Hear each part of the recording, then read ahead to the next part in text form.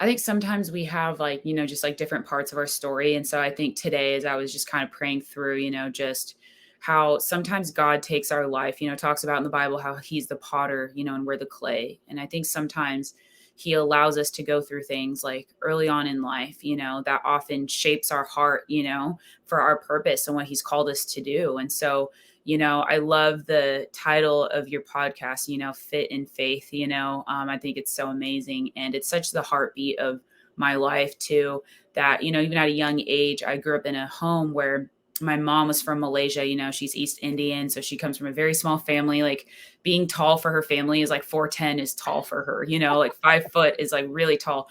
And then she married my dad, who's this like really tall French Canadian guy from the East Coast. Like the women in my dad's side of the family are like 6 feet tall. And so, but my dad, especially growing up in Southern California, like when I'm 32 now, but growing up at the time, it was this very like specific aesthetic, like size zero, like very tall, very, very like just like a one track, area, like idea of beauty, For and sure. even with Hollister and Abercrombie and all Yeah. this stuff. And so being like tall, like I was like 5'9" in the fourth grade, and Wow. which was crazy. Yeah. I hit puberty at such a young age. My brothers are 6'4" and 6'5", so that kind of gives like, a radar of Yeah. where they're at. And growing up in a home where my mom's family basically they're here. My dad's family's on the East Coast, so I was tall, but in a small family. So I was like also a size 12 in the fourth grade too, which is like crazy. I was a club swimmer, so I was working out, but I just had a body of a woman. I was active, very healthy, but didn't fit society's mold of beauty, and so I would get called names a lot at school and even at home, like you're big, you're an Amazon, like you're tall. Like the boys in elementary school would say, Great Danes only live till they're 10 years old because they have big Mm. hearts and they die young. So you're going to die young. And I would be like, oh my gosh, like it was like this Yeah. crazy thing. So I think I just believed at a young age that in order to be not only beautiful or accepted or loved, that I had to be a certain size or a certain aesthetic. And so by the time I was in sixth grade, I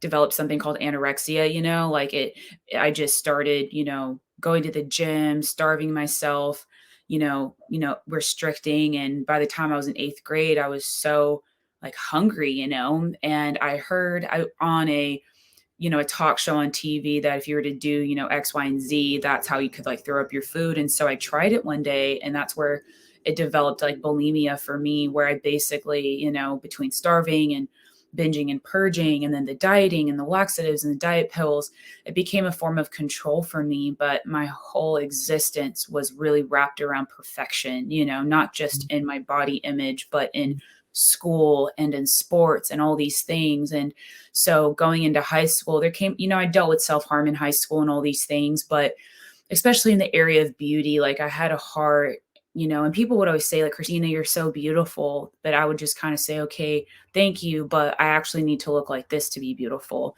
Right. And even when I ended up in the hospital in high school for my eating disorder, and the doctors told my parents like she's going to die unless she gets help, because I was so like my body was so run down, like I had passed out so many times, close to cardiac arrest because of just what I was doing to my body. Basically, I got sent to this like this treatment center for eating disorders. And it was there that I think, they began to try to chip away at, the reasons why I was dealing with my eating disorder. But I was 16. It was over summer. Like when my friends are at the Yeah. beach, like I didn't want to be there eight Yeah. hours a day. Like who does? And so I kind of went through the motions of what I needed to do to just get out of there, which is what I did. And basically, it was right before my senior year of high school that I got on my knees one night and I just said, Lord, I don't know if I'm going to make it through college. I don't know if like I've barely made it through high school. Like I was 5150, because I was suicidal. There are scars on my arms from cutting. Like my eating disorder had completely taken over my life.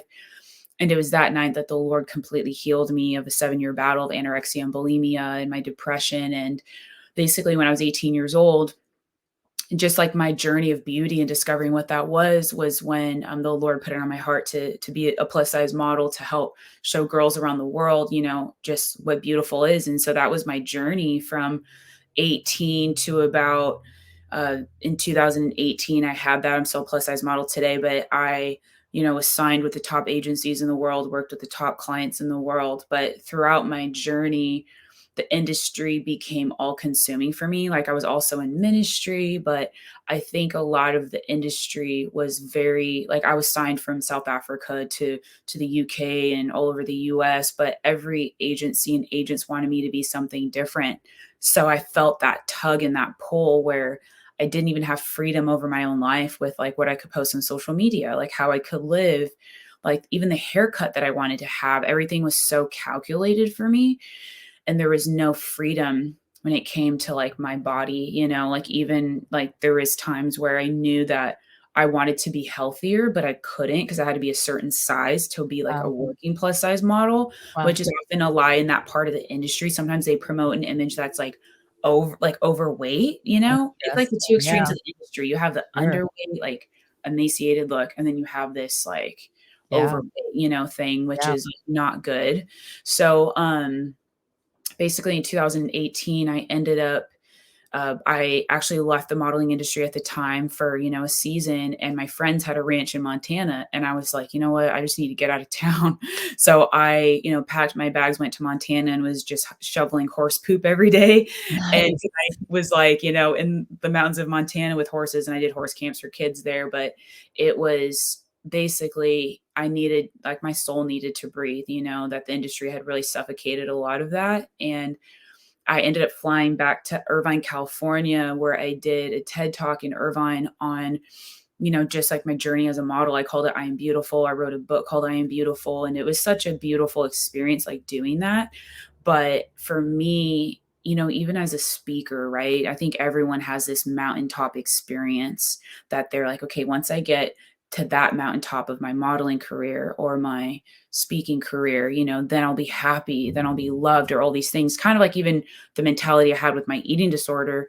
Yeah. But when I finally reached the mountaintop of even the modeling industry and the fog cleared, it was empty. And even as a TED Talk speaker, like I did this thing that I didn't even want to do in the first place, but because I was more of like, I spoke at youth groups and youth events, but they're Yeah. like, "Oh, it could Good be thing. a good thing for Yeah. you because it could kind of bridge a gap." And I said, okay, I'll do it. And because at the time in Montana, I had left a lot of that just to get away. And so when I flew back down to do it and I flew back to Montana, I basically had a nervous breakdown for a week, and because I think even that experience of doing a TED Talk and the demand of that, there was so much that went into that process that I think that was kind of the straw that broke the camel's back for me. And I had a nervous breakdown for about a week, lost my mind, and there was a day that I was in, like, the cabin where I was at in the mountains, and I just, was having really bad suicidal thoughts, because so much of, the world says that if you get the followers, if you get the fame, if you get the image, then you'll be happy and you'll be loved and you'll be accepted and you'll find this fulfillment that you're looking for. But I had had that from the world and it didn't satisfy. And I knew Christ, but there was such an emptiness that I felt even after my TED Talk. And I just said, God, if this is all that life is, that I don't know if I could do it anymore. I had had also a lot of trauma I had walked through, throughout those years as well. And so basically, I went to the corner store and I was going to get a bunch of pills and just overdose and take my life because I was just done. And and you hear about people in Hollywood that do that, that Yeah. make this movie and then it's like they commit suicide. Yep. They do this tour and then they commit suicide, and Yep. people wonder, well, they look so happy, but really behind all of that, like, people in the industry are so empty. They're just so dead inside, And so basically that day, the Lord once again, just spoke to me. And it was just as simple, just the voice of the Holy Spirit, Christina, I love you. And it was just, the God just began to speak to my heart that He loved me apart from what I did. He loved me apart from my success, apart Mhm. from the pictures I took or any of those things. And because what I felt at that time in my life was that I felt like my life was, almost like Pinocchio. You have the puppets and Mm. each there was different all these different strings and all these people were controlling my life, and I didn't know who I was. So when all the strings were cut, I just kind of like lay flat, almost like you see, like the Yep. puppets. And Yeah. it was like an identity crisis. But through that season, the Lord actually sent me to Florida for 3 months, where my phone was on airplane mode for 3 months. And one of our good friends, Jairus, who's another Whosoever's ambassador, he's a pro skater and a youth pastor in Florida. He runs a Bible school. So I sat in as a student in his class and I just let the Lord restore my soul, and in that season, God just reminded me how much he loved me apart from what I did, which is so key in life, in anything you do, whether you're a mom or or a wife or a business owner or whatever it is, that it's just so important for us to know our identity, that we are a loved child of God apart from anything we could ever do for him. And so even after that time when I came back, I've continued to model, continued to serve and, tour with the Whosoevers. And it's been an amazing journey. But I think there's always seasons where, even when I was living with my family, I come from an Indian family, and there's a lot of trauma there. There's a lot of abuse. There's a lot of stuff that gets shoved underneath the rug. And even when I was with my family, because Indian people live in community, so it's and so there's this dynamic where like your aunts are also your mom and your uncles are also your dads, Mhm. and everyone's so interweaved. Yeah. It's crazy.